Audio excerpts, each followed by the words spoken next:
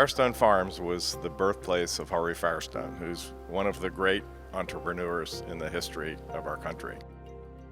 Thomas Jefferson signed the deed for Harvey's great-grandfather to get the 640-acre property in the 1850s.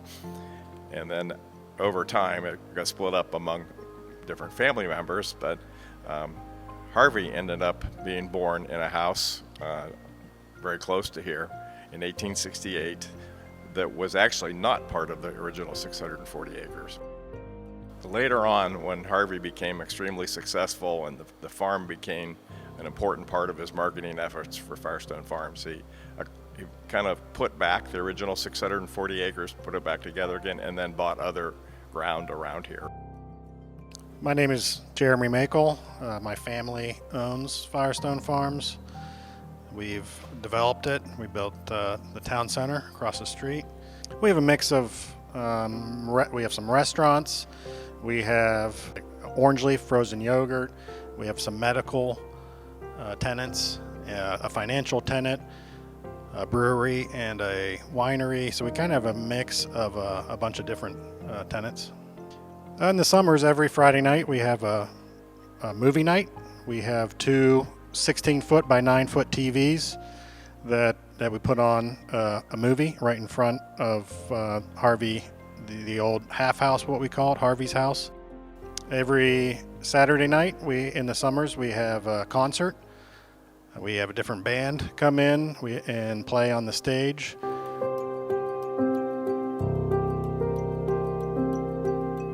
His aunt, I think, owned that barn, I'm not sure.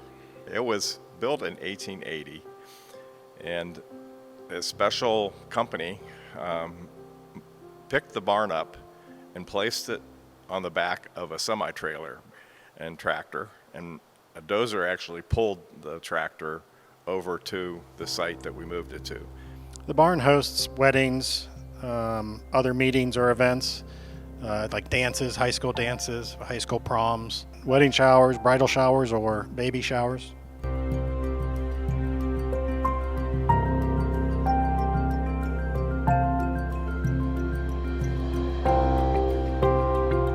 Thomas Edison and Henry Ford and Harvey Firestone and a naturalist friend by the name of John Burroughs called themselves the Vagabonds. In the summer times, they would go on vacations together. They would go from a caravan, really the first era of camping in the United States. Their version of camping was a little different. They would go with an entourage, including a chef and a whole staff, and sometimes a grand piano. So those three were very, very good friends, and in order to commemorate the Vagabonds, we built an exact replica of Thomas Edison's boyhood home and Henry Ford's boyhood home, and they became the Airbnbs. Now they're the same on the outside, but they're quite different, quite modern, quite special on the inside. Harbell's is a name that Harvey used for different reasons, but his name was Harvey and his wife's name was Idabel, so combining them together, that became Harbell. But he also named his horse after Harbell. President Harding visited.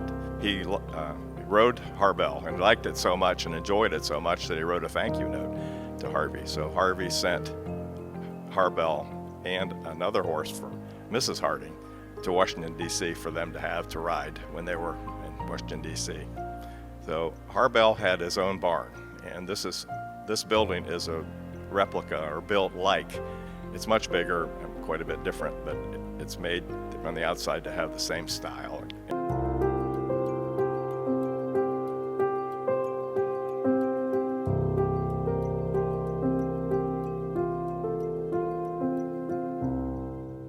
This is a 1934 Alice Chalmers tractor, and it's called a speed tractor. And they actually set the world speed record for a tractor in 1934 of 65 miles an hour, which was right out here on Route 14.